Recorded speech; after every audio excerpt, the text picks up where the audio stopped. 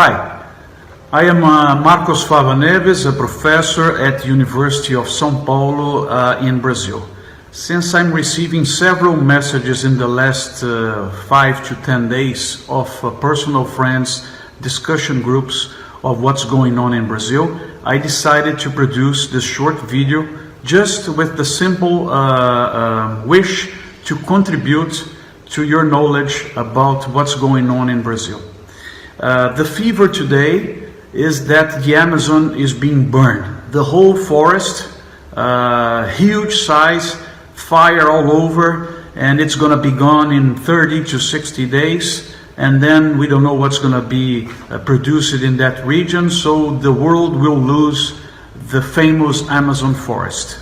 This is what's going through discussion groups, fake news, and all these kind of things.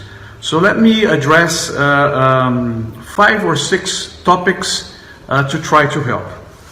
First topic is that you must realize Brazil as an environmental power today. Why are we environmental power in the world? Because Brazil has the cleanest energy metrics among the big countries of society. Most of the sources of energy, electricity that we use are renewable, and it's important for you to realize. Different from the rest of the world, Brazil has 61% of its area totally preserved. Yes, 61, more than half. And it's not reducing, it's increasing because of our forestry code, and that's another topic in my issue towards the environmental power.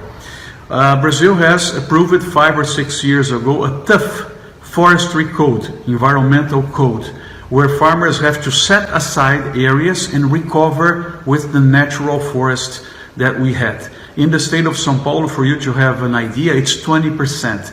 It's 35% in the Cerrado regions, and it's 85% in the Amazon region. Also, Brazil had a strong participation in the Paris Agreement and was one of the signatories to sign the most impressive targets towards the environment. One of these targets will be achieved through RenovaBio. It's the program that Brazil has to increase the use of renewable sources of fuel in our car, mostly using sugarcane, corn ethanol, and biodiesel. Remember that today, almost 40% of the fuel that Brazil uses, and when you put in the smaller cars, it goes to 60-65, is ethanol, 100% ethanol, which is a renewable source of fuel. So Brazil today, it's very unfair what's going on because it's the #1 country to try to help the carbon economy, to try to help the environment and make things better. Second topic, the burning. So why the forest is burning? Well, first of all, the forest is not burning. We have some spots of burn in the forest, which are happening in the last 15 years. Why? This is the dry season in Brazil. So we have natural fires, we have fires started by criminals, and we have fires that are done by legal activities because you can, as I told you, use 20% of a land if you own a farm in that region. So these are traditional fires. They happen in the last centuries, and they are not increasing. If you compare, go to NASA website, you can see they posted 2 or 3 days ago the amount of fires going on. We have more fires than last year, which would be probable because the Pacific Ocean is a little bit warmer this year. Temperatures are higher, but in average, probably the number of this year is smaller than the average of the last 15 years. We don't know it yet. We have to wait in order to make up our opinion. If really someone is destroying the whole forest. My hypothesis is that we're going to have the number, and the answer will be no. It is an area, it's important also for you to know, it's an area very difficult to control. Because imagine all that side of the forest, the size, the area is tough, it's aggressive. We have a bankrupt state in Brazil.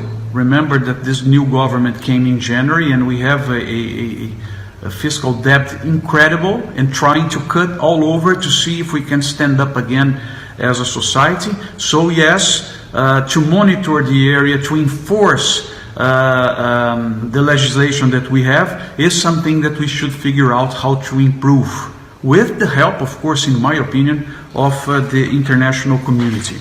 So now you understood that Brazil is an economic and environmental power. It is why the burnings happen every year. Then we have to understand why this year it received so much coverage in the press. And that's a question I don't know how to answer. But it went through artists, it went through people, you received probably a lot of information in the last 3 or 4 days. Most of these were fake news. I received, and you may have received, pictures of kangaroos burning. They don't live in the Amazon. Giraffes, they don't live in the Amazon. Dehydrated rabbits, not from there. We had a president of a country, Leonardo DiCaprio, Cristiano Ronaldo, all nice guys, but they also helped to send the fake news, putting pictures that are not from the Amazon, putting pictures that are 5 or 6 years ago of a specific area of the Amazon.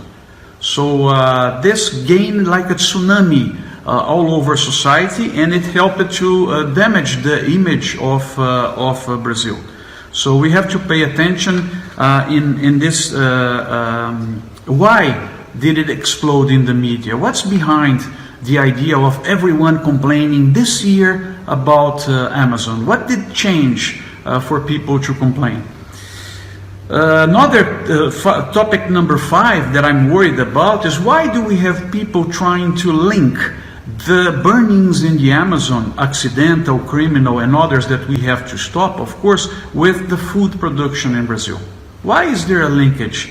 Which interests do we have behind people doing this type of linkage, since Brazil is becoming a world food supplier? Most of our food chains are 2,000 kilometers away from the Amazon. They have certificates from Rainforest Alliance, WWF. We supply orange juice to the world, coffee, soybeans, poultry, small farmers, cooperatives, integrating people, bringing development to our economy. So why do we have people trying to link the burnings up there in the Amazon to the agribusiness and the food production of the country? You have your own ideas and think about this. And about the future. So Brazil today is producing food for the world, is helping food to become cheaper in the world because of our efficiency that's translated to international prices. So more people in poor countries can have food because of Brazil. And what's the future? So today, Brazil uses 75 million hectares to produce grains, sugarcane, paper and pulp, juices, fruits, tobacco, and others. The plans for the next 10 years, because of the growth in Asia, urbanization, and all these kind of topics, is to move to 85 million tons. So from 75 to 85. You know what's the area of Brazil? 850 million hectares. And agriculture will use 85 million hectares. 10 years from now, 10% of the country. So no, food production in Brazil, the growth will not destroy the Amazon. We don't need to increase our production getting rid of trees. There are lots of areas of degraded pastures that are close to infrastructure and that can be brought to production. So what to do now? I just ask you, calm down a little bit. The forest is not burning. It's going to still be there. It's going to be controlled. So wait for the numbers to appear and the measures being taken by the Brazilian government. And I can tell you, our society, I, myself, we are all in favor of Amazon. No one wants to see the forest destructed. The forest does not need to be destructed. We have an environmental code. We have institutions in the country. So it's not an idea of a person that will change what our society wants. calm down, wait a little bit, and let's see what happens. Believe in Brazil. Believe in Brazil.